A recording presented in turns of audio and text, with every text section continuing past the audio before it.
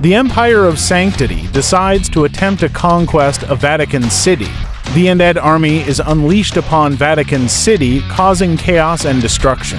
The once peaceful city is now a battleground as the living and the dead clash. The Pope, horrified by the events unfolding before him, orders his clerics to perform exorcisms on the undead soldiers. In Frosthaven, the Empire's expert alchemist has successfully created functional firearms.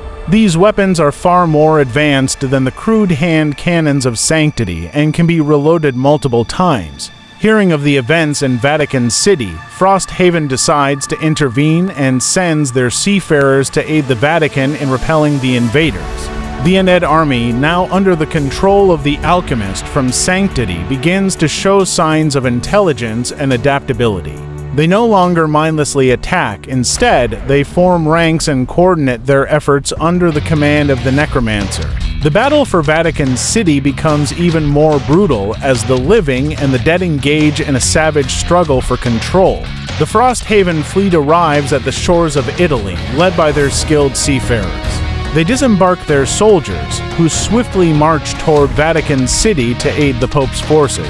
Upon arrival, they find themselves caught in the midst of a horrific battle between the undead and the defenders of the Vatican. The Frosthaven soldiers quickly form ranks and engage the enemy, using their superior firearms to devastating effect. The undead army, now under the control of the Necromancer from Sanctity, begins to retreat toward the safety of the Vatican walls. However, they are pursued relentlessly by the Frosthaven forces.